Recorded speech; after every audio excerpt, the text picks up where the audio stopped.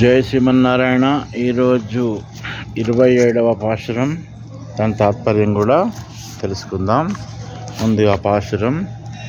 కనైతిళం కత్తెరుమై కన్రు కిరంగి నినైత్తు ముర్రై బజియే నిన్రు Paul షోర நனைத்தெல்லம் சேராக்கும் நற்செல்வந்தங்காய் பனித்தலை நின் வாசல் கடை பத்தி சினத்தினால் தென்னிலங்கை கோமானை செத்த மனத்து கினியானை பாடவும் நீ வாய் திறவாய் இனித்தாம் எஜிந்திராய் இதரன்ன பேருரக்கம் அனைத்தெல்லத்தாரும் అరిందేలోరెంబావాయ్.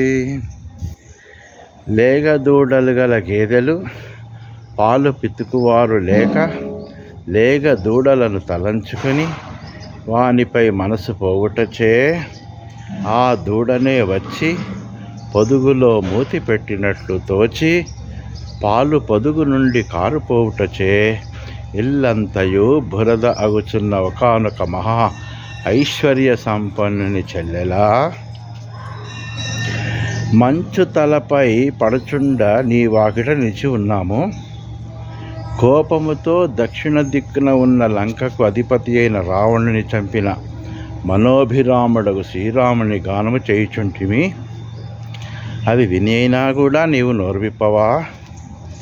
ఇక మమ్మేలు కొనవా? ఏమి ఈ గాఢ నిద్ర? ఊరి వారందరికీ నీ విషయం తెలిసిపోయింది. నిద్ర నుంచి లెమ్ము అని కృష్ణుని విడువక సర్వకాలంలో నుండుటచే స్వధర్మమును కూడా చేయలేని దశయందున్న ఐశ్వర్య సంపన్నుడుగు ఒక గొప్ప గోపాలుని చెల్లెల్ని నిద్ర నుంచి మేల్కొనే సన్నివేశం. జై శ్రీమన్నారాయణ. రాచకొండ రామాచార్యులు, జ్యోతిష్యులు, శ్రీ వైష్ణవ ఆగమ పురోహితులు.